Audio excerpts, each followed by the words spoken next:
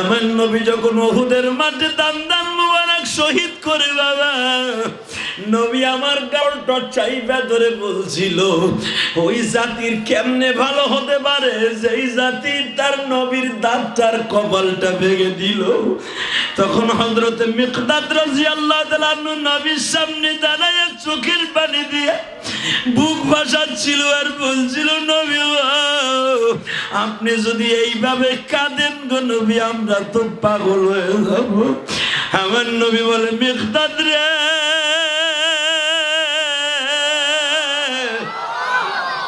আমার আলী কোথায় একটু খবর দিবি। বলে, হুজুর আলীর শরীরের মধ্যে 80টার উপরে রামদায়ের কোপ আছে, তরবারির আঘাত আছে, বল্লমের আঘাত আছে, আলীকে ব্যান্ডেজ করানো হচ্ছে। হুজুর আপনাকে গর্তের থেকে তুইলা আলী তাঁবুর মধ্যে আছে। আমার নবী বলে, আমার আলীর কানে পৌঁছায় দাও, আমি নবী এখন তাঁবুর মধ্যে সুস্থ আছি, কিন্তু একটা যন্ত্রণায় আমি সহ্য করতে পারছি না। লোহার হেলমেটটা ভাঙ্গিয়ে আমার রডটা এখান দিয়ে ডুইকে এখান দিয়ে বের হয়ে গেছে। আমি মাথার যন্ত্রণায় কোন রকম ভাবে ঠিক থাকতে পারছি না। আমার আলীর কানে যাই একবার শুধু বলো, আমার আলী কই আছে। একজন সাহাবী যাইয়া বলে, আলী রে,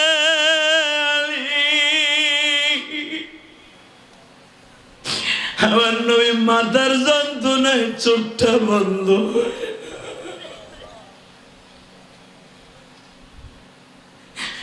এর মধ্যে খবর আসিয়া গেল বাবা, ফাতেমা উহুদের মাঠে চলে এসছে। নবী আলীর কানে কানে বলে, ফাতেমারে কিন্তু আমার তাঁবুর মধ্যে আনিস না। আল্লাহর কুতুব আল্লামা শামসুল হক ফরিদপুরের উস্তাদ ইমাম থানভী রাহমাতুল্লাহ আলাইহি রুহানি উস্তাদ, ওনার কিতাবের মধ্যে লাগে হুব্বুন নবীর মধ্যে ফাতেমারে কেন নবীর সামনে আনতে না করে বাবা জানুনি। হাদিসের তাওজিদে আসছে ফাইজুল বারীর মধ্যে, আবার নবীর তখন এই ভাঙা দাঁত দিয়ে রক্তগুলো বায়া বায়া পড়তেছে, কোনোভাবে রক্ত বন্ধ করা যাচ্ছে না গো বাবা। এইখান দিয়ে লোহার প্যারাক ঢুকছে, ওখান দিয়েও রক্ত ঝরে।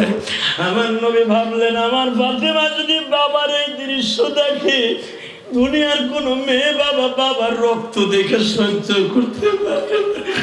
কারণ মেয়েদের মনটা হলো কমল মন গো বাবা, নরম, আর মেয়েরা কিন্তু বাবার বেশি পাগল থাকে গো বাবা। তোমরা চায়া চায়া দেখো, নবী ইন্তেকালের সময় যখন গুনায় আসলো, নবী সবাইকে সান্ত্বনা দিয়ে গেলেন, একজনের শুধু একটা কথা দিয়ে সান্ত্বনা দিয়ে গেলেন, মা ফাতেমা তুই কান্দিস না রে মা, কে কবে মরবে আমি বলে দিয়ে গেলাম না, তোর চোখের বাড়িটা বন্ধ কর মা। আমি বলে গেলাম তোরে দুনিয়ায় বেশি দিন লাগবো না, আমি জানি আমি যাওয়ার পরে তুই ঠিক মতো খাইতে পারবি না, 6 মাস পরে আমি তোরে লইয়া বাবা।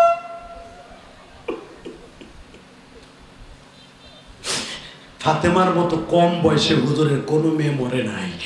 এই ফাতেমার 14 বছর বয়সে বিয়ে হয়েছে, এই ফাতেমা 8 বছর পরে চলে যাইতেছে বিয়ের বয়স কয়দিন হয়েছে তাই দেখো।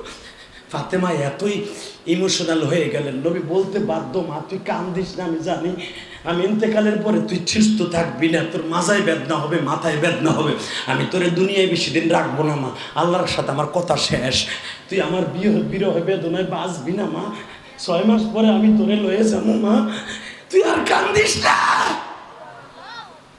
তখন ফাতেমা রুমের থেকে যাইয়া আয়েশার রুমের মধ্যে যাইয়া বালিশটা বুকের মধ্যে চাপা দিয়া হাসান হোসেন যায় কয়, মা না না চইলে যায়, আর তুমি এখানে রাগ করে বয়ে রয়েছো কে? ফাতেমা কি বলে আপনারা সবাই জানেন, উলামায়ে কেরাম। হাসান আমি আর তোর নানার কাছে যাবো না গো বাপ, আমি আর যাবো না,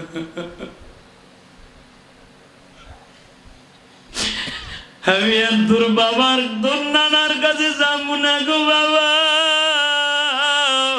ফাতেমা রুমের থেকে বাইরে বাবা অন্য রুমে যাইয়া বসে বসে কান্দে, আল্লাহ তোমার কেমন বিচার গো মালিক।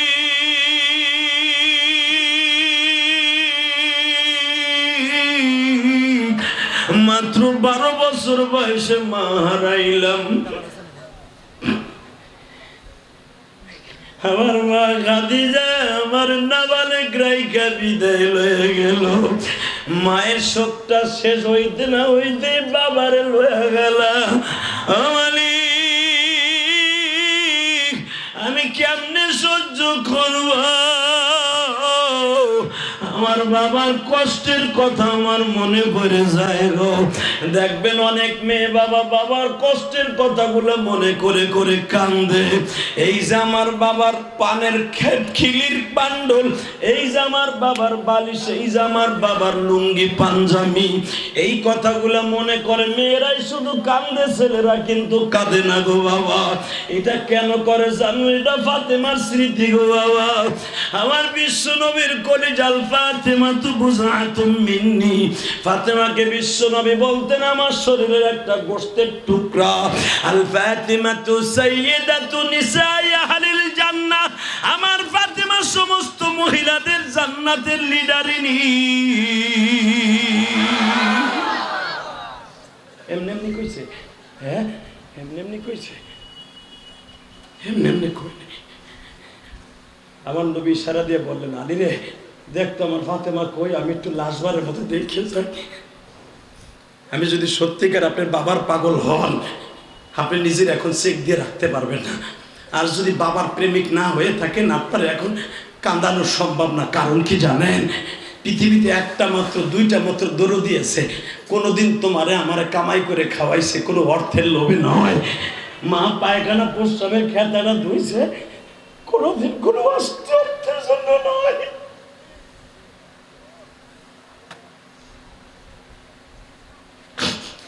আমি ইলিয়াসুর রহমান জিহাদি আজকে আপনাদের দোয়ার খাতিরে আসছি গো বাবা। আমিও তো ফাতেমার মতো 12 বছর বয়সে মা হারাইছি। পৃথিবীর কত দেশে গেলাম, লন্ডন, কানাডা, সেই বিজাতিদের দেশে গেলাম, লন্ডন, কানাডা, সেই রাশিয়া গেলাম বাবা, সেই ইস্তাম্বুল, সেই কাতার, পৃথিবীর কত দেশে গেলাম বাবা। মালয়েশিয়া, সিঙ্গাপুর, ইন্দোনেশিয়া, চায়না, যেই দেশে আমাদের মতো হুজুরদের কোনো দাম নাই বাবারে। পৃথিবীর কত দেশে ঘুরিয়ে ঘুরিয়ে দেখছি, আমার মার মতো একটা চেহারার মহিলা কাউরে পাই নাই। গাংনী, মোল্লাহাট, বাগেরহাটের ভাইরা, তোমরাও কোনোদিন পাইবা না এই দুঃখিনী এমন একটা মহিলা।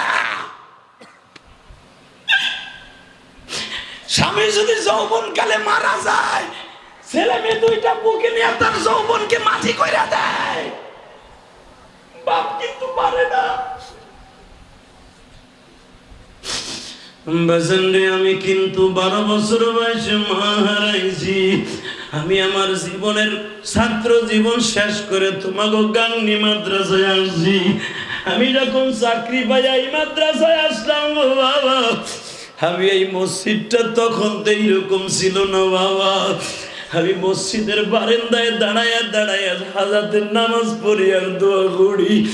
আজকে যদি আমার মা বাইচা থাকতো, আর মায়েরে বলতে পারতাম চিঠির মারফতে, মা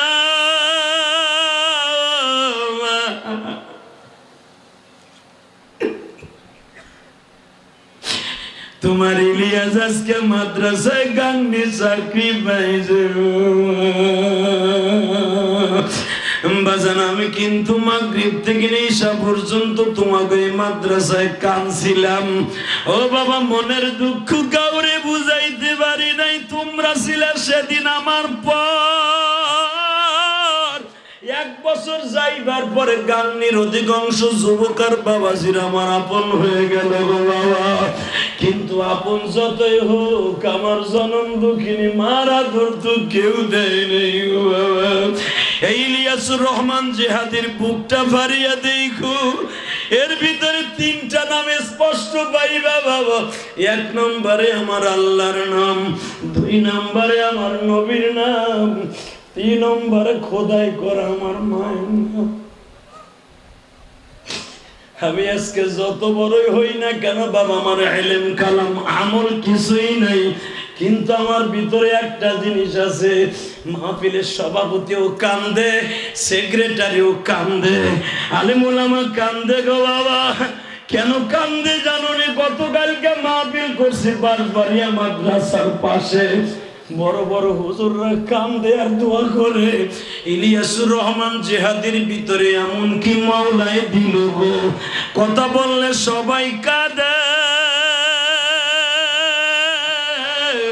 আমি বলবে কান্নার পরে, কান্নার ভিতরে আমার কোনো ক্রেডিট নাই গো বাবা, এটা আমার জনম দুঃখিনী মায়ের দোয়া। আমার মা আমারে 12 বছর বয়সে বলছিল, ইলিয়াস রে বাবা তুমি যদি আলেম হও গো বাবা, দুনিয়ার কত মা তোমার জন্য পাগল হইব বাবা।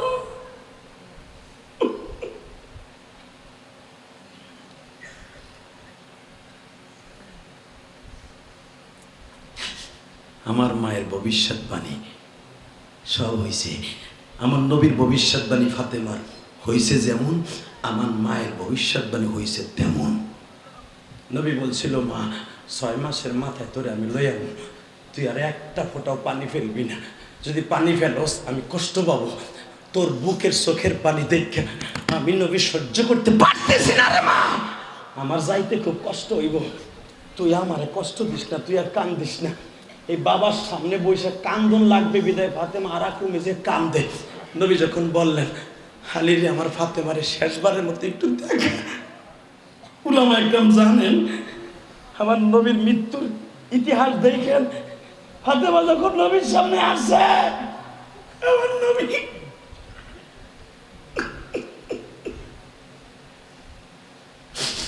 ঠান্ডা পানির ভিতরে বাটির মধ্যে হাত দেয় আর মুখ মোছে, আর ফাতেমার দিকে তাকায় বলে, মা ভালো থাকিস, কান্নাকাটি করিস না, আমার এই 2টা নানু বাইরে দেখে রাখিস।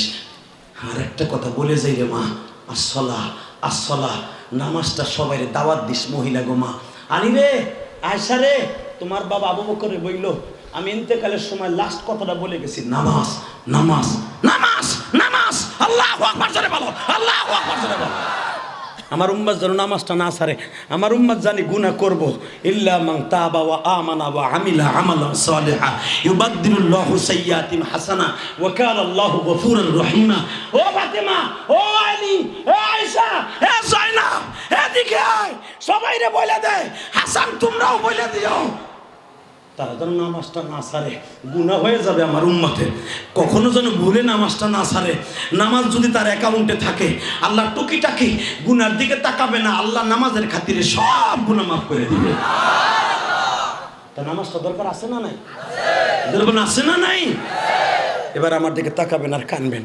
ফাতেমা বাম পাশে বসা, আয়েশার রানের উপরে হুজুরের মাথাটা, ইন্দিবি টাইমে আমার নবী ফাতেমার চোখের পানিটা মুছাইতে, তোর নামে নিষেধ করছিলাম কানবি না, বাবা তুমি তো আমার না করো, কিন্তু চোখের পানি আমার কথা শোনে না, চোখের পানি কেন জানো কথা শুনতেছে না, আমি কেমনে সহ্য করব?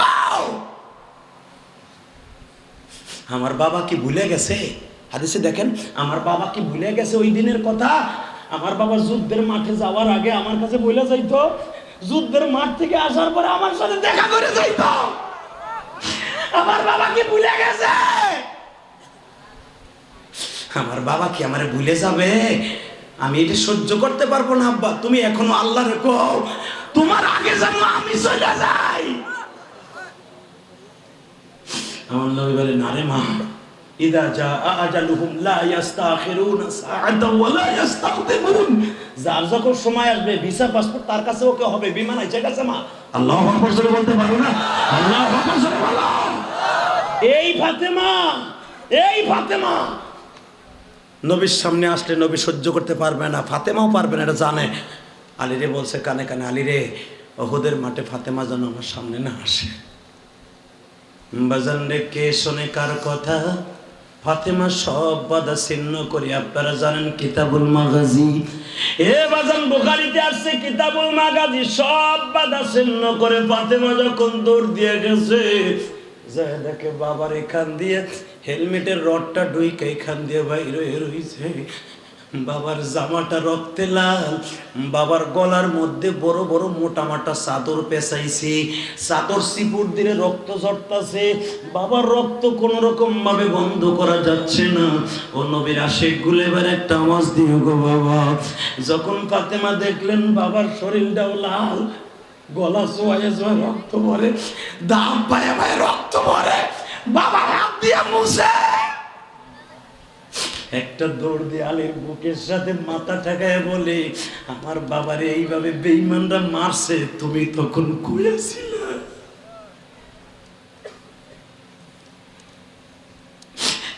ফাতেমা দেখে আলীর শরীরের মধ্যে হাতে ব্যান্ডেজ, পায়ে ব্যান্ডেজ, গলার মধ্যে ব্যান্ডেজ, এই পেটের মধ্যে ব্যান্ডেজ, কারো আলীর পিঠের মধ্যে এমন জোরে বললাম যে আঘাত করছে বাবা। আলী স্বামীর দিকে না তাকায়া বাবার দিকে তাকায়া বলে, তুমি তো সুস্থ, আমার বাবার এই অবস্থা কে? আলী বলে, ফাতেমা রে,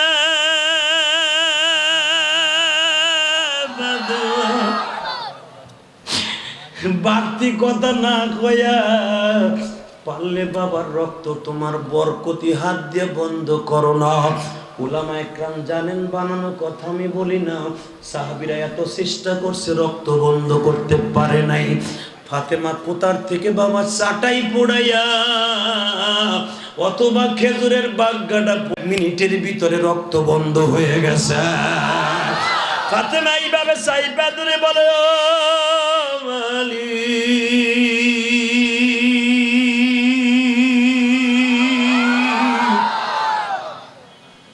তোমার এই ফাতেমারে দিয়ে যদি জান্নাতের দরজা খোলাও মহিলা সেকশনের, তাহলে আমার হাতের মধ্যে একটা বরকত দাও, আমার বাবার রক্ত বন্ধ করে দাও। আমার বাবার রক্ত বলে বন্ধ হয় না, তুমি বন্ধ করে দাও। ওই আল্লাহ এখন আসে না নাই? যদি বলেন আসে না নাই? যারাই আজকে কানছেন তারাই বাদশা। মারহাবা বলেন। এখন যদি কেন আমরা তো কান্দি নাই, আমরা বাচ্চা না, আপনিও বাচ্চা। আপনি কানতে চাইছিলেন কিন্তু চোখে আপনার কথা শোনে নাই, পড়ে নাই পানি, কিন্তু বুকটা গামাইছে। হে যুবক, তোর পাও দুটো ধরছি, আয়। জীবনে কোনোদিন একটা কাজ ভুলেও করবি না, নামাজটা কখনো ছাড়বি না। 2 নম্বরে জনম দুঃখিনী মায়ের দিকে কখনো কড়া নজরে তাকাবি না, বাবার দিকে কখনো বদ নজরে তাকাবি না। জানো সেটা কি জিনিস? এটা আগুন। হুমা জান্নাতুকা ওয়া নারুকা। মা বাবা তোমার জান্নাত, মা বাবা তোমার জাহান্নাম। কোন নামাজে কামাইব না যদি একবার তোর জিন্দেগিটা মা বাবার বরদোয়া তোর কালি পড়িয়ে যায়। কথা বলেন না কেন? আজকাল করোনা কেন হয়েছে জানো? একমাত্র মা বাবার বরদোয়ার কারণে। মা বাবার গরম হাওয়াটা সন্তানের কষ্টে মা সহ্য করতে না পারে, এই গরম হাওয়াটা আল্লাহর কলিজায় লেগে গেছে, গজব নামে করুণ আল্লাহ নাযিল করে দিছে। কথা বল না কেন? কষ্ট হইতেছে? আর মাত্র 5 মিনিট কথা বলবো।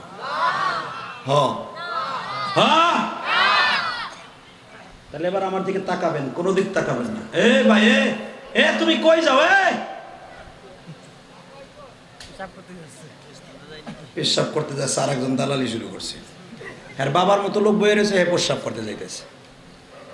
মাত্র 5টা মিনিট বয়ে থাকেন, কোনো দিক তাকায়েন না। শুধু একটা কথা বলেন তো, জীবনে যতদিন বাঁচবেন, যাদের মা বাবা বেঁচে আছে, কোনোদিন খারাপ নজরে তাকাবেন না, ইনশাল্লাহ বলেন।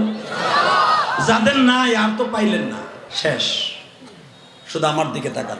ইলিয়াস রহমান জেহাদি তার মায়ের ঋণ শোধ করার জন্য 1,20,00,000 টাকা দিয়ে কেরানীগঞ্জ বাবুবাজার ব্রিজের গোড়ে কদমতলির মোড়ে একটা মসজিদের জায়গা কিনে আল্লাহ রাস্তা অক্ষ করে দিয়েছে। শুধু অক্ষ করে দিয়ে বইয়া থাকি নাই, গত বছর অক্টোবরের 1 তারিখ 1,20,00,000 টাকা দিয়ে জায়গা কিনছি, 20 পয়সাও আমি জেহাদি কারো কাছ থেকে নেই। কেউ বলতে পারবে না ঢাকার শহরে যে 20টা পয়সা নিয়ে জেহাদি জায়গা কিনছে। জায়গা কিনেই সারে দেয় নাই। অক্টোবর 1 তারিখ দলিল করছি, অক্ষ করছি, 10 তারিখ মসজিদের কাম ধরছি। 10 তারিখ কাম ধরিয়া এই পর্যন্ত এখন 3 তলার কাম চলতেছে। আমার চলে গেছে 2,62,00,000 টাকায় পর্যন্ত চলে গেছে। তোমরা কোন ওয়াজের টাকা নিয়ে কি করি, যায় দেখো কি করি। হে মুসলমানের পোলা, অনেক হুজুর অনেক গম্বা গম্বা কথা কইতে পারে, নিজের ফান্ডের থেকে খরচ করা কম আছে। ইলিয়াস রহমান জিহাদি তার নিজের ফান্ড দিয়ে আল্লাহর ঘর করতেছে। অনেক কিছু অনেকে বলতে পারে শেয়ারে বলে, নিজের পকেটের টাকা খরচ করা হুজুর কম আছে। আমি কেন খরচ করছি জানো? আমি আমার মাকে জীবনে এক খিদি পান আমার পয়সা দিয়ে খাওয়াইতে পারি নাই। আল্লাহ রসুল বলেছে, মান বানা লিল্লাহি মাসজিদান বানাল্লাহু লাহু বাইতান ফিল জান্নাহ।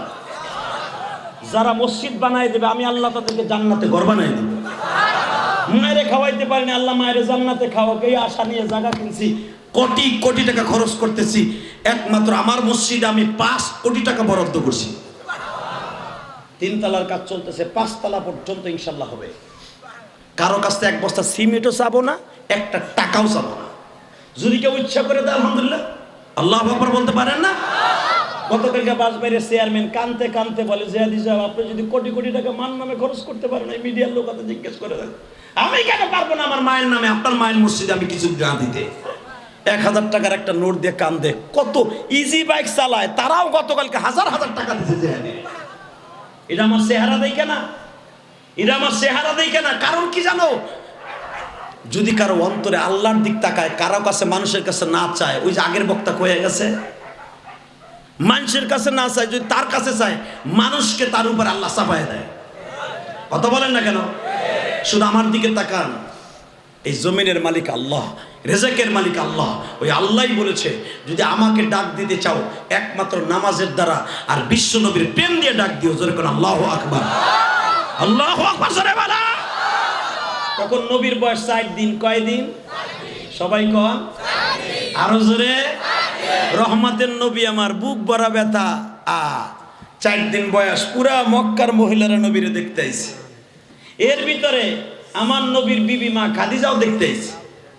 এবার আওয়াজ হইব, খাদিজা দেখতে আইসা মনটা চাইছে একটু কোলে নিব। কোলে নিব চাইছে, আমেনা ধরে তার কোলে তুলে দিছে। যখন কোলে তুলে দিছে, খাদিজাও সেই রকম মহিলা, একটা সেকেন্ডও দেরি করে নাই, নবীর গালের মধ্যে চুমা দিয়ে দিছে।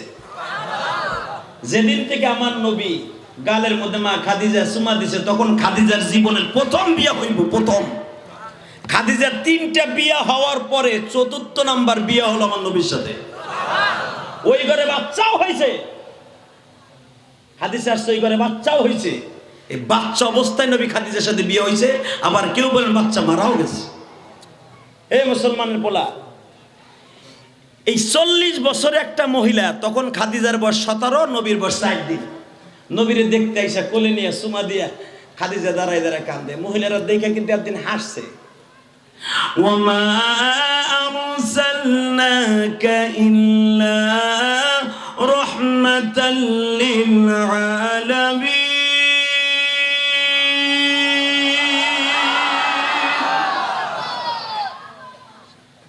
রহমতের নবী আমার। খাদিজা কোলে নিয়ে চুমা দিয়ে কান্দে। সবাই কয় আপনি কান্দেন কেন? বলে আমি একটা জিনিস মুহাম্মাদের মধ্যে দেখতেছি। কয় সেটা কি? এত দামি মানুষ যিনি, যারা দেখে আপনারা বলতেছেন, এত প্রশংসা করতেছেন, কিন্তু সবচেয়ে বেশি কষ্ট দেখতেছি আমি মুহাম্মাদের, সব আছে তার বাবা নাই। শুধু এই কথাটা আমেনা বলতে, খাদিজা বলতে দেরি আছে, আমেনা তার মুখের থেকে থাবা দিয়ে নবীরে নিয়ে বলে, খাবার দাও। আমার মুহাম্মাদের সামনে কেউ একবারও বলবে না যে আমার মুহাম্মাদের বাবা নাই। আমার সন্তান জন্মের পরে কেউ বলবে না যে আমার সন্তান এতিম। আমি আমার মুহাম্মাদকে বাবার আদর দিব, মার আদর দিব, পৃথিবীর সব আদর দিয়ে আমার মুহাম্মাদকে আমি লালন পালন করব। আমার আল্লাহর কাছে কথাটা কেমন যেন লেগে গেল। আমার আল্লাহ বলেন, দুধটা সারা 5 বছর হালিমায় সাদিয়ার বাড়িতে রাখার পরে এই ফ্যানটা বন্ধ কেন? একটু বাতাস দাও। আর মাত্র 5 মিনিট। শুধু আমার দিকে তাকাবেন আর 2 চোখের পানি দিয়ে বাবা মায়ের লেগে দোয়া করবেন। আমি মাহারা সন্তান, আপনারা মাহারা সন্তান। এই গান নিয়ে আমার ঐতিহ্যবাহী মাদ্রাসা। এই গানের সাথে আমার ঘাম, শ্রম, অনেক কিছু লেগে আছে। আলহামদুলিল্লাহ বলেন। আপনারা কষ্ট পাচ্ছেন না তো? আর মাত্র কয়েকটা মিনিট। পৃথিবীর শ্রেষ্ঠ নবী আমার, মায়ের নবী, দয়ার নবী, রবিউল আউয়ালের চাঁদে আসছে। শুধু নবীর জন্ম তারিখ নিয়ে সবাই কেক কাটে জোশে জুলুস করে। বন্ডর গোষ্ঠী জানে না নবীর জন্ম তারিখে 12 তারিখ না, এটা 100% না, নবীর মৃত্যু তারিখ 12 তারিখ। কথা ঠিক না ঠিক? যদি রবিউল আউয়ালের কোনো অনুষ্ঠান করতে হয় তাহলে মৃত্যু তারিখের অনুষ্ঠান করতে হবে। আর মৃত্যু তারিখে কেউ হাসে না, কেক কাটে না, মৃত্যু তারিখে সবাই কাঁদে। কথা বল না কেন? এই মুসলমান ভাইরা, আমার বিশ্ব নবী 5 বছর হালিমায়ে সাদি থাকার পরে আমি গুনাহগার হালিমায়ে সাদিয়ার বাড়ি একবার দুইবার না বহুতবার আল্লাহ দিয়েছে। এখনো পর্যন্ত সেই হালিমায়ে সাদিয়ার বাড়ি পাহাড়ের উপরে, এখন তার বাড়ি নাই, শুধু পাথর দিয়ে একটা চিহ্ন রেখে দিছে, 2টা ঘর। যেই ঘরের ভিতর নবী আর নবীর দুধ বাবা আর আব্দুল্লাহ শুইতেন, আর হুজুরের দুধ বোন সোয়াইবা যেই ঘরে ঘুমাইতেন, সুমাইয়া বলে, কেউ বলে সোয়াইবা বলে, এই যেই ঘরের মধ্যে নবী রেস্ট লইতেন, ওই ঘরে কিছু আলামত আছে। আমি গুনাহগার ওই ঘরের মধ্যে একদিন মাগরিবের নামাজ পড়ছি। আরো জোরে কর, আরো জোরে কর। বাজানরে যখন ওই ঘরের মধ্যে মাগরিবের নামাজটা পড়লাম, মনের মধ্যে এত আনন্দ লাগলো গো বাবা, এত আনন্দ, যে আনন্দের কথা আমি আপনাদের কাছে প্রকাশ করতে পারবো না গো দাদু ভাই ও আমার বাবাজিরা। কারণ আমার ওই নবী 5টা বছর পর্যন্ত ওই ঘরের মধ্যে হালিমায়ে সাদিয়ার সাথে থেকেছেন, তার স্বামীর সাথে থেকেছেন। হঠাৎ করে একদিন নবী বলে ফেললেন, ও দুধ বাবা আবি আব্দুল্লাহ,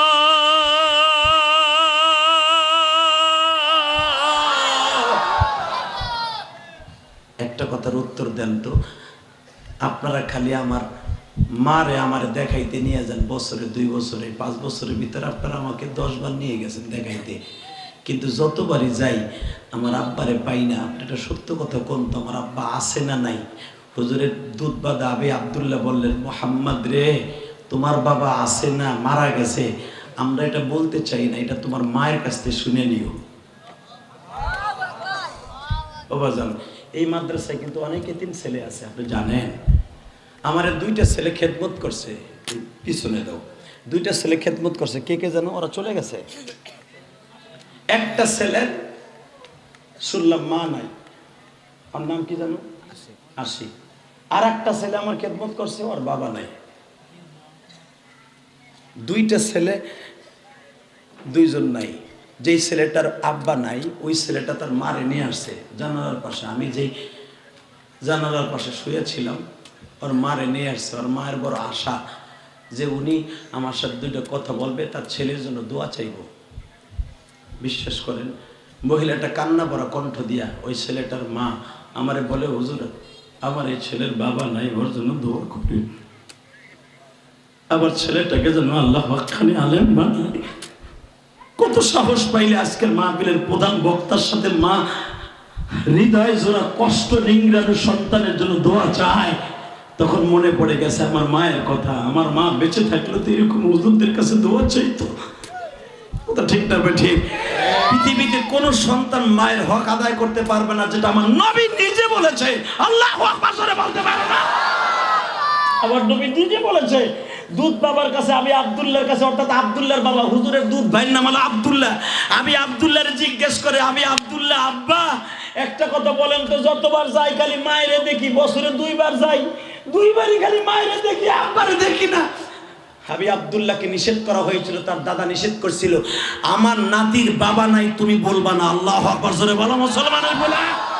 কিন্তু আমি আব্দুল্লাহ বলে নাই, নবী কিন্তু দ্রুত চলে আসছে দুধ মার কাছ থেকে। তখন নবীর বয়স 5 বছর পার হয়ে গেছে। নবী বারবার নবী মারকে জিজ্ঞেস করছে, মা তুমি একবার বলো না আমার বাবা আছে না নাই? আমেনা একদিন বলতে বাধ্য হয়েছে, যে ইতিহাসটা আপনারা সবাই জানেন। একদিন বলতে বাধ্য হয়েছে, মোহাম্মদ রে আর তোর কাছে গোপন রেখে লাভ নাই গো বাবা, এখন তুই ভালো বুঝতে শিখছো, চলতে শিখছো, ঘোড়ায় উঠতে শিখছো, এখন তুমি ঘোড়া দাবড়াইতে পারো, আমি আমেনা জানি। কিন্তু বাবা আমি তোমার কাছে আর গোপন করব না, তোমার মনের ভিতরে যে কষ্ট আমি বুঝতেছি, তুমি তোমার বাবারে খুঁজতেছো। আসলে তোমার বাবা এমন একটা দেশে চলে গেছে, যেই দেশে গেলে আর কোনোদিন ফিরে আসে। বাজানরে আমার বিশ্ব নবীর রবিউল আউয়াল মাস পালন করেন মিলাদের দ্বারা, খুশির দ্বারা। একবারও কি ভাবছনি বাবা আমার নবীর জীবনটাই রবিউল আউয়াল মাসের থেকেই শুরু হয়েছে বাবা কষ্টের। আবার রবিউল আউয়াল মাসে উম্মতরে কষ্ট দিয়েই চলিয়েই গেছি। এই আমার গাংনী মোল্লাহাট বাগেরহাটের আশেকে রাসূল ভাইরা,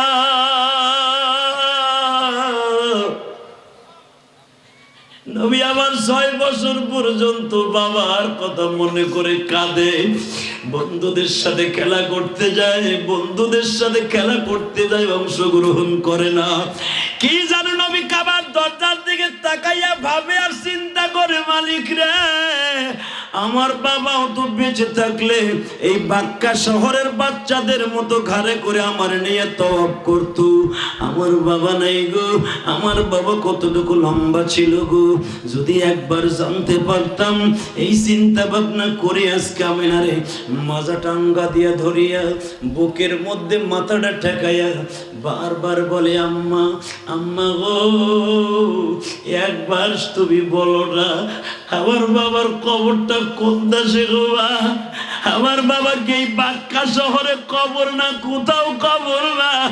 আমি না 2 নয়নের পানি দিয়া বলে, মুহাম্মদ রে, তোমার বাবা যেই দেশ থেকে আমারে বিবাহ করে আনছি, আমার বাবার দেশেই তোমার বাবার কবর। আমার নবী বলে, মা গো, যদি আমার নানার দেশে বাবার কবর হয়, নানার বাড়িটাও দেখে আসি, বাবার কবরটাও দেখে আসি। বাজান শুধু চোখের পানি পড়বে, আর কোনো আওয়াজ থাকবে না গো বাবা। আমি জানি এখানে অনেক মা হারা বাপ হারা সন্তান আছে, কারণ এই মাদ্রাসার 2টা ছেলেই বাজান আমার খেদমত করে আমার কলিজায় আগুন লাগাই দিছে। তাহলে আমি মাদ্রাসার কমিটিদেরকে ধন্যবাদ জানায়া যাই। এই এতিমদেরকে আপনাদের টাকা পয়সা কালেকশনের ধান চাল টাকা পয়সার মারফতে এই এতিমগুলো লেখাপড়া করতেছে বাবা।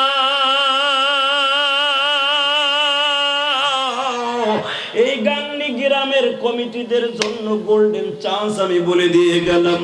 একটা এতিম ছেলে যদি আলেম হইয়া বাবা আমার মতো ইলিয়াসুর রহমান জিহাদির মতো হইয়া সারা পৃথিবীতে যদি সফর করিয়া হাত তুলে বলে, মালিক আমার ওই মাদ্রাসার কমিটিদেরকে মাফ করে দেন, আল্লাহ আপনার কবরটা জান্নাতের বাগান করতে দেরি হবে না।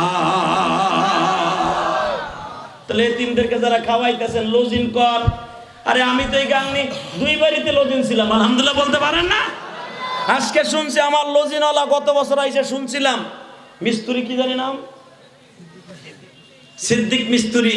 এই লোকটা এতই গরিব ছিল, এতই গরিব ছিল, আমি জানি এই গাংনী অনেক বড় লোক ছিল, আমার নেয় নাই, তারা আমার লজিন নেয় নাই। এই সিদ্দিক মিস্ত্রি আমার একটা কথা এখনো আমার ব্রেনের মধ্যে ধরে। আমি আসরের নামাজ পড়ে বের হয়েছি, শুক্রবার জুমা পড়াইয়া আমার আগের শিক্ষকরা বলছিল এই মাদ্রাসার ও জেহাদি বক্তা হুজুরে কি কেউ কোনো নাই লজিন নেওয়ার মতো? সিদ্দিক মিস্ত্রি দাঁড়ায় বলছিল, আমি যদি ভাত খাই হুজুর খাবে, হুজুর যদি তরকারি পোসাটা খায় আমিও খামো, আপনি যতদিন আছেন ততদিন আমার বাড়ি থাকবেন।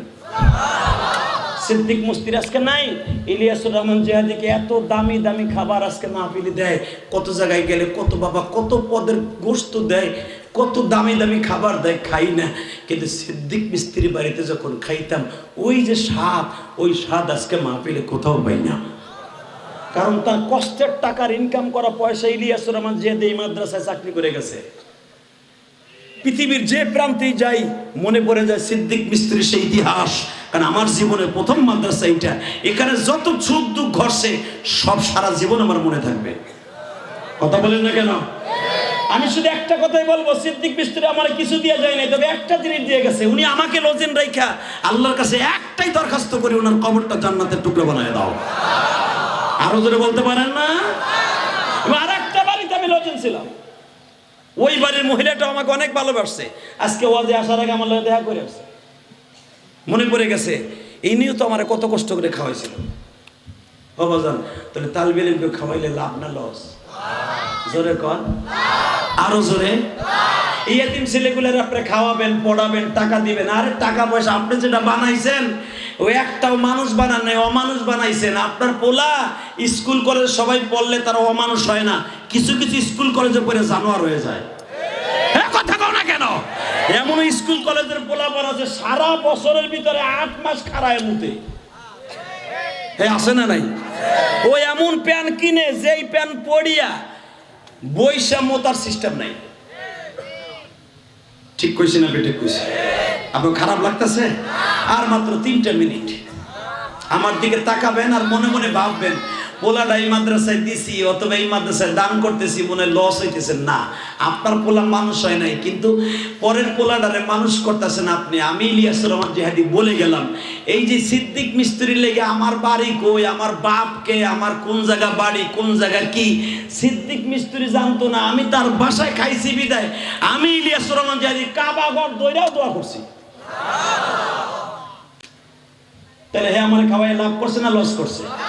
আর তুমি তোমার দামদারে খাওয়াইছো, লাখ লাখ টাকা দিয়ে লেখাপড়া করাইছো, চাকরি পাইবার পরে ঢাকায় থাকে, সারা বছরে 5,000 টাকাও বাপরে দেয় না। এই আসে না নাই? একটা ঘটনা বলে দিয়ে যায়, মনে মনে আসলো তাই এখানে আসার পর অনেক ছেলেরা এই ঘটনা শুনতে চাইছে। যদি ইউটিউবে শুনছি, বাস্তবে শুনে নাই, বাস্তবে বলে দিয়ে যায়। মনে রাখো, কিছু কিছু সন্তান বাবার টাকা খাইয়াও, টাকা দিয়ে লেখাপড়া করেও শিক্ষিত শয়তান হয়। এমনই এক ঘটনা ঘটে গেছে, কথা বলেন না কেন? ঘটনা ঘটে গেল, বাবাই বাড়ি ঘর বেইছে, পোলারে বিসিএস ক্যাডার বানাইছে। বিসিএস ক্যাডার বানাবার পরে চাকরি হওয়ার কথা ছিল, বাবা জজ ব্যারিস্টার হওয়ার কথা ছিল, তা না হয়ে গেছে ব্যাংকের ম্যানেজার। ওই দিকেও তার লেখাপড়ার এক্সপিরিয়েন্স ছিল। যখন ব্যাংকের ম্যানেজার হয়েছে, মাত্র 3 মাসের মাথায় বনারীর এক মেয়ের সাথে প্রেম কইরা বিয়ে করে নিয়ে বাইতে গেছে। নাউজুবিল্লাহ বলতে পারলেন না? বাপ মায়ের জানায় নাই, মাইয়া বিয়ে করে প্রেম করে বাইতে গেছে। বাপ জিজ্ঞেস করছে, এইটা কে? আব্বা, এটা তোমার পুত্রবধূ। বাপ কয়, এইটা আমার পুত্রবধূ, চাকরি নেওয়ার সময় বাড়িটা বেচে দাও বাবা, ঘুষ লাগবো, দিলাম। তোর বিসিএস ক্যাডার বানাইতে লাখ লাখ টাকা খরচ হইলো, সেখানে বাবা টাকা দাও, দিলাম। বিয়ে করার সময় কি আমি একটু জানার অধিকার পারলাম না বাবা? বলে মাইনা নিলে না, তা না হলে ছেলেরে বাদ দাও। নাউজুবিল্লাহ কোন বাজান রে, ছেলে যখন রাগ করে বাড়ির থেকে চইলা যায়, বাবাই মনে মনে কয়, আমি গরিব হইতে পারি কিন্তু তোদের সাথে আমি আপোষ করব না। তোর পুত্র বউরে আমি মেনে নিব, শর্ত একটা, যদি আবার তার বাবার বাড়ি ফিরাইয়া দাস, আমি আবার ডোল ডক্কর পিটাইয়া ভালো অনুষ্ঠান করে তোর বিবিকে আমি আনবো। বলে আমার বউরে না মানলে তোমাদের তালাক দিয়ে চলে গেলাম গো। বাজান রে, বিবি নিয়ে যখন চলে আসলো, মা পিছের থেকে দৌড়াইয়ার বলে, বাবা রিপন রে, বাবা বাবা মায়ের মনে কষ্ট দিয়া যাস না রে বাবা।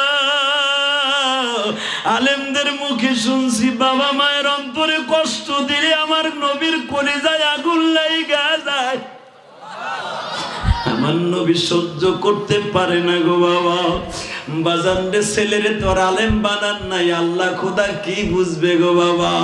বিবির প্রেমে পড়িয়া বউলাইয়া যখন চলে গেল বনানী, ব্যাংকের ম্যানেজারের র্যাঙ্ক বেড়ে গেল, যখন সুন্দর সুন্দর খাবার পাকাইয়া খায়, বাবা মা সেই কুমিল্লা শহরে কষ্টের অন্ধকার জগতেই রয়ে গেল বাবা।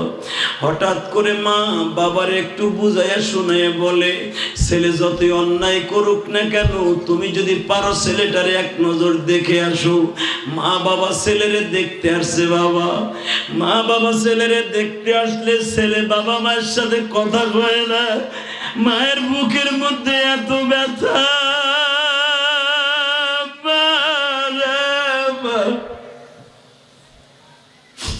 মনের কষ্ট দিয়া মা বাবা চলে গেল বাবার নিজের গ্রামের বাড়িতে।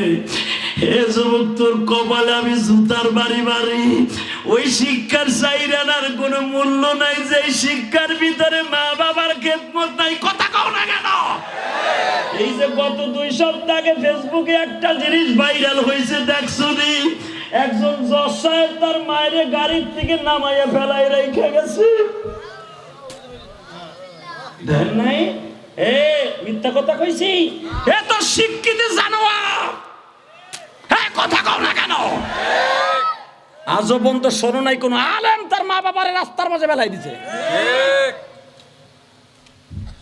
জজ সাহেবকে যখন পুলিশে ধরছে, পুলিশ ধরে কলার ধরে, তোরে কে জজ বানাইছে বল। মারে জিজ্ঞেস করছে, আপনার পোলার কি বিচার চান? জনম দুঃখিনী মা বলে, স্যার আমার পোলার কোনো বিচার চাই না, আমার পোলার দোষ না, আমার পুত্রবধূর ডরে আমার পোলা আমার ফেলাই নিয়ে গেছে। ঠিক শিক্ষিত জানোয়ার মা বাবার সাথে কথা কয় নাই। আপনারা জানেন ইতিহাস, আপনারা সবাই জানেন, সারা পৃথিবীতে বাস্তব কিছু ঘটনা ঘটাই আল্লাহ আমাদেরকে শিক্ষা দিয়েছেন। এইভাবে 1-2 বছর না 8 বছর চলে গেছে, বাবার যৌবনকাল শেষ, বার্ধক্যে চলে আসছে, তখনও বাবা রিক্সা চালায়। 8 বছর পর্যন্ত বাপ মাইলে কথা কয় না, কারোর সাথে দেখা দেয় না, শুধু বলে তোমরা আমার সামনে আসবা না। একদিন বাবা মনের কষ্ট নিয়ে পোলার কাছে গেছে। বাবা মতিঝিলের 13 তলার উপরে ছেলে ব্যাংকে বসা, বাবা নিচতলায় সিসি ক্যামেরায় পোলায় দেখছে, দারোয়ানরে বলে দিছে বুড়া যেন উপরে না আসে। আসলে আপনাকে কষ্ট হয়ে গেছে, আর হবে না, মুনাজাত করে দেয়, কি বলেন? আল্লাহুম্মা আমিন। চলবে? তাহলে নাউজুবিল্লাহর ভলিউম বাড়াইলে আমার আল্লাহ খুব খুশি হবে। এই মাদ্রাসার এতিমগুলারে কেন পালতে বলছি, এটা জ্বলন্ত প্রমাণ আমি দেখাই দিয়ে যাই। আপনার পোলা মানুষ হয় নাই, আলেম বানাইতে পারেন নাই। এ বাবা, আলেম হইলেই যে সব আল্লাহর ওলি হয়ে যাবে তাও না। স্কুল কলেজের অনেক ছেলেরা আছে ডাইরেক্ট জান্নাতে চলে যাবে। এমন ভদ্র এবং এমন মা বাবার ভালোবাসার অনেক ছেলে আছে, অনেক মেয়ে আছে, মা বাবার জন্য তারা জীবন দিতে প্রস্তুত। কথা কও না কেন? অনেক মেয়ে আছে জীবনে বিয়েও বসে না মা বাবার খেদমতের জন্য। ইন দি মিন টাইমে বাপরে বলে দারোয়ানের কাছে 300 টাকা দিয়ে বলে বুড়ে রেখে দেয় দে। 300 টাকা যখন দিছে, দারোয়ান বলে টাকা দাও কেন? বলে আপনার উপরে যেতে না করছে। কেন? তাহলে এই জন্য না করছে, এই তুমি আমার চিনো, আমি কে? আমি বুড়া হয়েছি, তাতে কি হয়েছে? আমি জানো কে? ওই ম্যানেজারের বাপ। দারোয়ান বলে চাচা, তোমার ছেলে এখন ছেলে নেই, ওটা জানোয়ার হয়ে গেছে।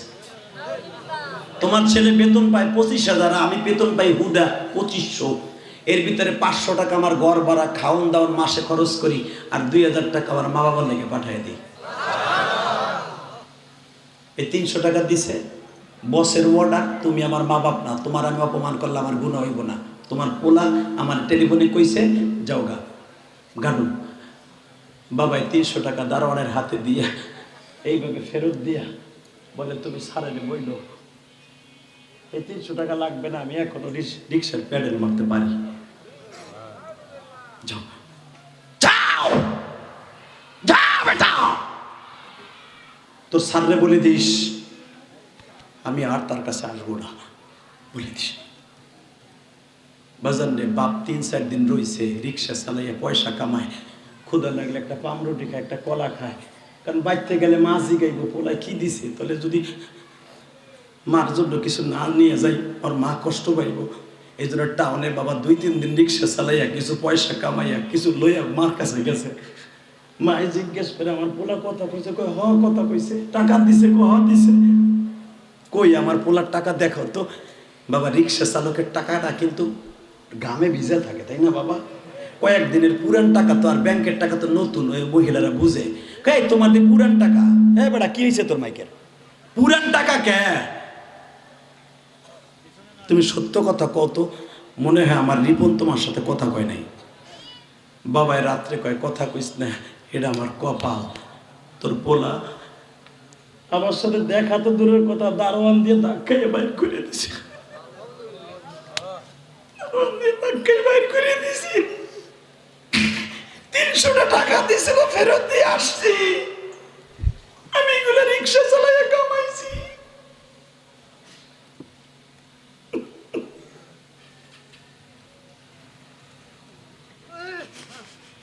বাজান্ডে জ্বলন্ত প্রমাণ, মা কারে কয় রে বাবা। বাবার পা দুটা জড়িয়ে ধরে বলে ছেলে অপরাধ করছে, তুমি তারে বরদোয়া দিও না। আমার ছেলে একদিন না একদিন বুঝে আসবে।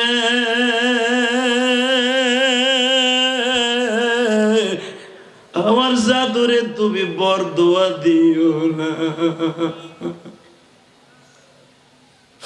ও আমার জাদু ভাইরা, তোমাদের 2টা পাও ধরে বলে যায়, এর নাম হলো মা বাবা। মা আর বাবা যায় নামাজে কান্দে।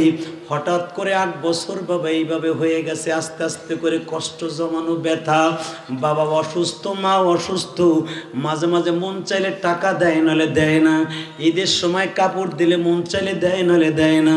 8 বছর পরে এই বছর বাবা রমজান মাসে যখন মসজিদে গুলশান সেন্ট্রাল মসজিদে নামাজ পড়তে গেছে, জুমার নামাজ, জুমার বয়ানে খতিব সাহেব বলে দিছে, হুমা জান্নাতুকা ওয়া নারুকা, ওই সন্তানের দোয়া, নামাজ, রোজা কোনোটা আসমানে যাবে না। যাদের মা বাবার তাদের প্রতি অসন্তুষ্ট, ওর কোনো নামাজ, রোজা, আসমানে, হজ, যাকাত যাবে না। এই ওয়াজটা ব্যাংকার শুনে ফেলছে, আজকে মসজিদে আগে যাই ওয়াজটা শুই না, মাথার মধ্যে আঘাত করছে। তাহলে আমার এত লাখ লাখ টাকা আমার মা বাবা খাইতে পারে না, আমার এই টাকা কে খাইব? আমার সবই তো বেতা। বাসায় যাইয়া বিবিকে বলতেছে, আমার আজকে অন্তরটা গলে গেছে। কয় কে? তোমারে বিয়ে কইরা মা বাবারে কেমন যেন কষ্ট দিয়ে, মেয়ে বলে এই কথা জীবনও বলবো না। মনে রাখো, আমি তোমারে কোনোদিন মা বাবারে টাকা দিতে না করি নাই। আল্লাহু আকবার জোরে বলো। কোনোদিন তুমি বলতে পারবা না আমি শিল্পপতির মায়া হইতে পারি। তোমার চেহারা দেখে বিয়ে বসছি, বাবা মায়ের সম্পদ দেখে বিয়ে বসি নাই। কিন্তু এটা তোমারে কোনোদিন বলি নাই মা বাবারে টাকা দিও না, তুমি একটা শিক্ষিত শয়তান। বউতে যখন কয় তুমি একটা শিক্ষিত শয়তান, ওর মাথা আরো ঘুরে গেছে।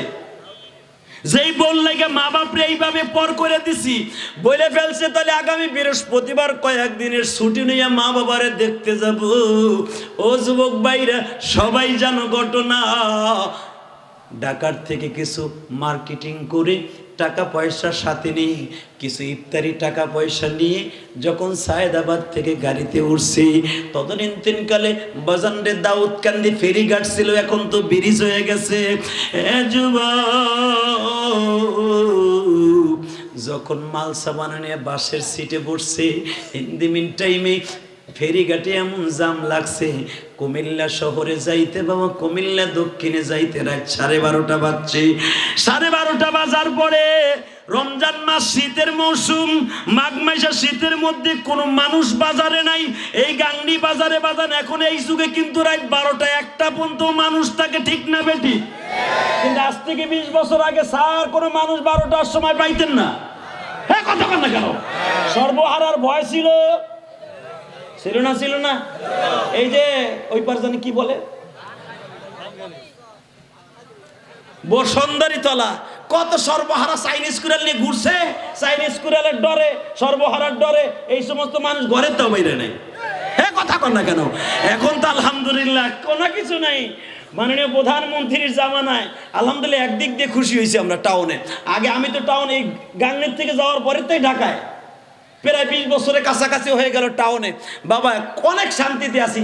আগে দেখা গেছে রাস্তায় মাহফিল করে যাইতে ভয় পাইতাম গলির মধ্যে দিয়ে, এখন রাস্তা দিয়ে 1টা 2টা 4টা 5টা নাই, কোনো ভয় নাই। আলহামদুলিল্লাহ বলতে পারেন না? আওয়ামী লীগ সরকারের সফলতা আছে, কিন্তু তার কিছু মন্ত্রীর কারণে বিফলতা হয়ে গেছে। কথা বল না কেন? আওয়ামী লীগ সরকার তার নিজের অর্থায়নে পদ্মা সেতু করবে, এই মহিলা এত জিদি মহিলা কইরেই আছে। কথা কর না কেন? এই মহিলা কইছে উড়াল সেতু করব, রেল করব, করছে। জোরে কর না কেন? আবার এই মহিলা বলছে মাননীয় প্রধানমন্ত্রী যে কর্ণফুলী চ্যানেল দিয়ে সাগরের নিচ দিয়া 3.5 কিলো রাস্তা করছে, সাগরের নিচ দিয়া, যেইটা পৃথিবীতে আমি মাত্র কয়েকটা দেশে দেখছি, চায়না, সিঙ্গাপুর, ইন্দোনেশিয়া, মালয়েশিয়া করতে সাহস পায় নাই, যে সাগরের তলদেশ দিয়া রাস্তা কইরা ওখান দিয়ে কক্সবাজার নিব আপনারে। আলহামদুলিল্লাহ বলেন না কেন? 75% হয়ে গেছে, মাত্র 25% বাকি আছে। এরপরে দেখবেন কি সুন্দর সাগরের নিচ দিয়ে গাড়িতে যাইবেন, তখন উপরে দিক চাইছে কইবে না এটা উপরে পানি আইলো, পানি কই, এটি সবই রাস্তা। এটাও করছে, কিন্তু সবচেয়ে বড় কষ্ট কি জানেন? তার মাঝে মাঝে কিছু টাকলু আছে মাথা নষ্ট, উত্তীর্ণ জিনিস খায়া খায়া কখন কি কইব নিজেও জানে না। কথা ঠিক না বেঠিক?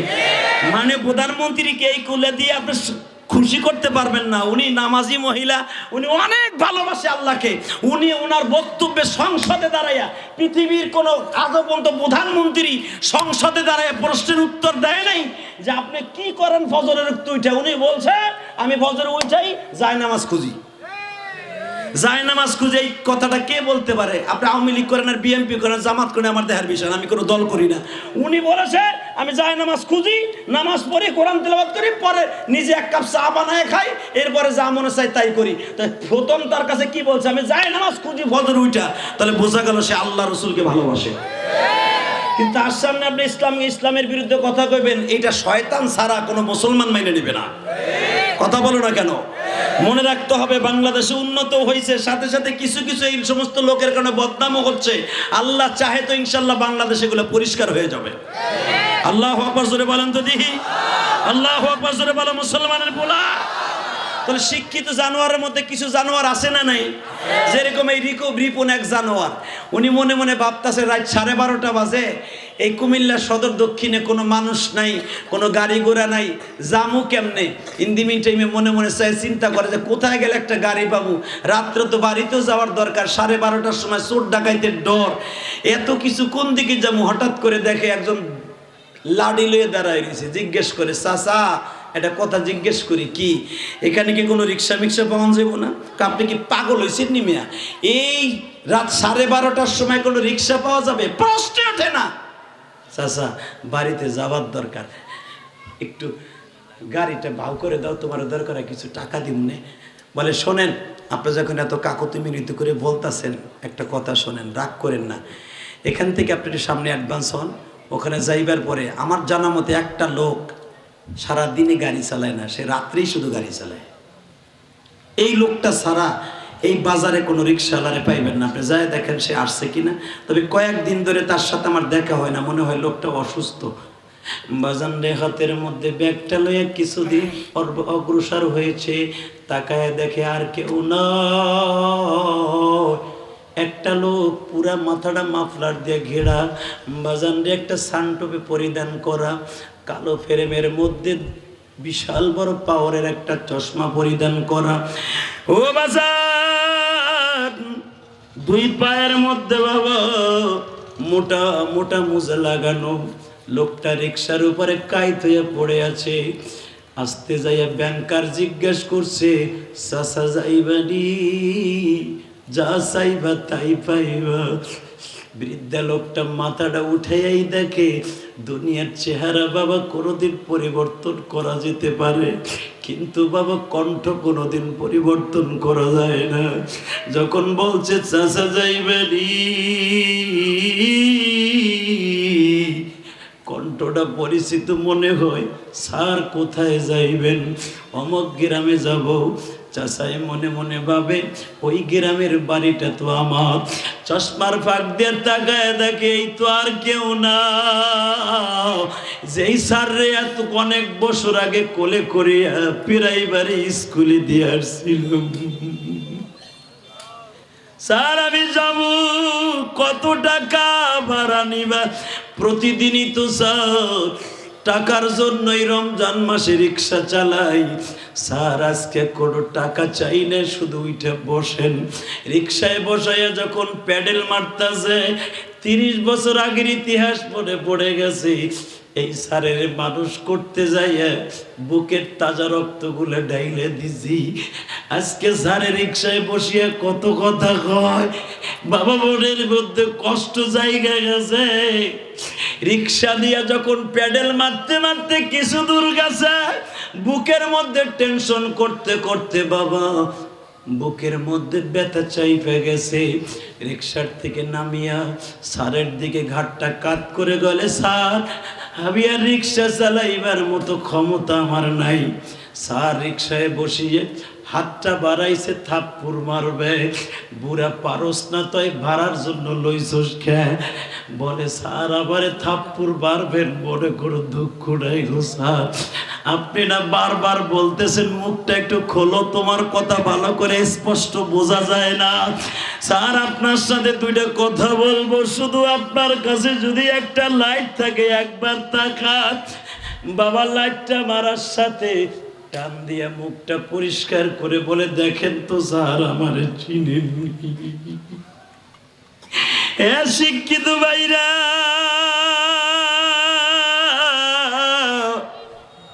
এই দুনিয়ায় টাকা পয়সা দিয়ে অনেক কিছু কিনতে পারবা, জনম দুঃখ মিয়া বাবার আদরটা কোনোদিন কিনতে পারবা না। যারা ছোট্টকালে বাবা হারাইছো তারাই বুঝতে পারবা বাবার জন্য বুকটা কত হাহাকার।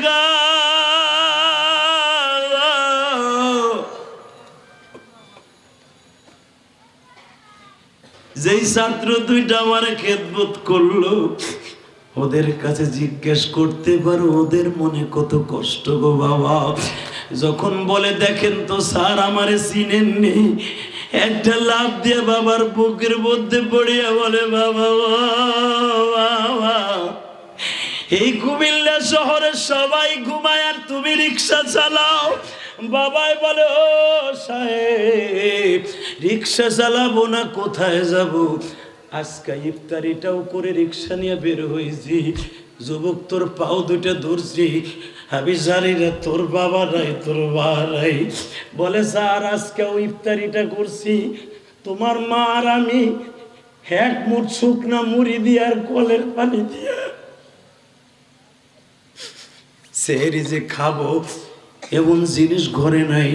এই কথা শুনে রিপন সাহেব একটা লাভ দিয়ে বাবারে বুকে নিয়ে বলে, বাবা গো, আমি আর তোমারে রিক্সা চালাইতে দিব না। বলে, স্যার এই কথা বলেন না গো স্যার, এই রিক্সা চালায় আপনার বিসিএস ক্যাডার বানাইছি। আজকে এত বড় চাকরি পাইয়া বাবারে ভুলে গেছেন। মানুষে খারাপ বলবে বিদায়, আমি রাতের অন্ধকারে রিক্সা চালাই, দিনের বেলা চালাই না। বাবার কাছ থেকে রিক্সাটা কেড়ে নিয়ে বাড়িতে রওনা দিলেন। এ যুবক ভাই, আমি তোর দুইটা পাও ধরছি, এখন শুধু আওয়াজ দিবি। আমার বিশ্বনবী কেন বলেছে, হুমা জান্নাতুকা ওয়া নারুকা, মা বাবা তোমার জান্নাত, মা বাবা তোমার জাহান্নাম। যখন বাড়ির সামনে গেছে, বাবার পায়ের আওয়াজ শুনিয়া মা বলতেছে, রিপনের বাবা আসছো? বাবাই বলতেছে, আসছি। ঔষধ আনছো? এমন ঔষধ আনছি খেতে হবে না, একবার দেখলেই তোমার পেটটা ভরে যাবে, তোমার রোগ ভালো হয়ে যাবে। এ আমার গাংনির জাদু ভাইরা, এই দুঃখিনীর গুরুদির কষ্ট দিষ্টারে ভাই। বাবাই বলতেছে, দেখলেই তোমার রোগ ভালো হয়ে যাবে। জাদু ভাইরা রে, সন্তানের মুখখানা, বাবা মায়ের এত বড় ভিটামিন দুনিয়ার কেউ জানে না। মায়ের অন্তরে সন্তানদের দেখলে কত আনন্দ। যখনই বলছে রোগ ভালো হয়ে যাবে, একটা দৌড় দিয়া মায়ের পা দুটা জড়িয়ে যখন কান্দে, মা রিপনরে বুকে পাইয়া বারবার বলতেছে, বাবা কেমনে আমারে ভুলে রইলি, মা আমারে মাফ করে দাও। রিপনের মাপের কথা শুনিয়া মা সাথে সাথে বললেন, বাবা কোনোদিন সন্তান মা বাবার কাছে অন্যায় করলে সেটা মা বাবা মনে রাখে না। এ রিপন যদি রাত 1টার সময় মায়ের কাছে বাবার কাছে মাপ চাইয়া মাপ পাইতে পারে, এখন রাত বাজান রে 12টার বেশি বাজে, তুমিও যদি আমার মওলারে দুটা হাত বাড়াই একটা জোরে ডাক দাও, আমার আল্লাহ কিন্তু মায়ের চাইতে দরদি, বাবার চাইতে দরদি।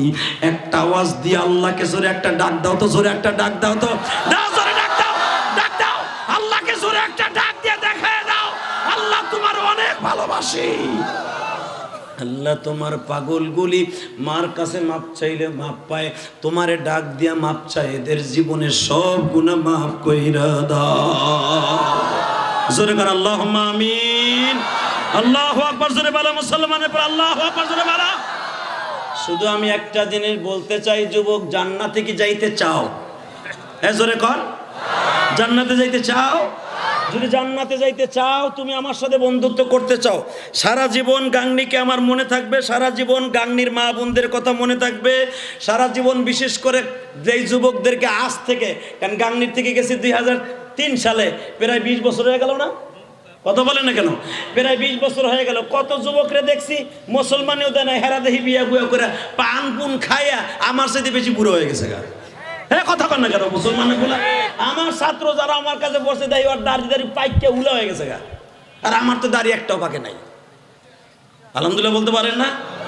চুল একটা দুটা কি পাকছে কিনা তাও সন্দেহ।